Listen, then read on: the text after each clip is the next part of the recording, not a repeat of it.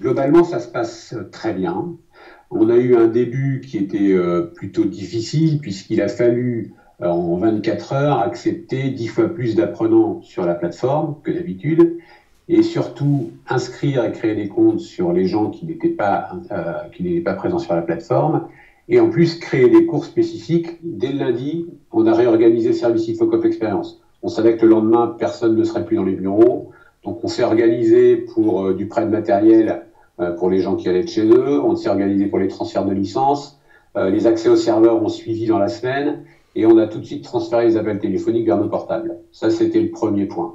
On a loué 5 serveurs supplémentaires pour regonfler nos infrastructures et pour que chacun puisse se connecter à la plateforme.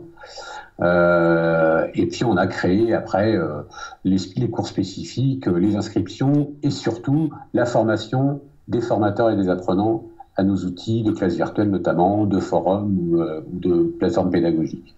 En une semaine, le process était déjà établi. On avait aussi, bien sûr, une bonne expérience dans la formation et dans l'accompagnement, puisqu'on accompagnait déjà le IFOCOP présentiel sur du blended, c'est-à-dire moitié distanciel, moitié présentiel sur certains modules.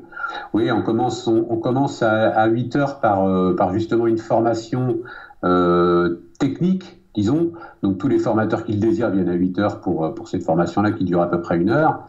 Ensuite, on a toute la planification, bien sûr, des cours, puisque les directeurs de centre, eux, nous donnent les heures de cours avec les formateurs à peu près 48 heures à l'avance. Et déjà, on se rend compte que les gens sont de plus en plus à l'aise avec la plateforme, bien sûr, à force de l'utiliser, hein, et qu'ils la maîtrisent totalement. Les gens ont les bons réflexes, ils ont les bonnes manières de faire. Et on s'aperçoit qu'en support technique, toujours, les gens nous appellent moins, parce qu'ils maîtrisent plus. Donc c'est de bon augure pour la suite. En cas de souci, il ne faut pas rester tout seul devant son écran. On est derrière pour accompagner tout le monde. Donc ça, c'est pas de découragement. S'il y a un problème, on nous appelle et puis on trouvera une solution. Voilà un petit peu mes conseils. Essayer de rester concentré et ne pas perdre le lien avec nous.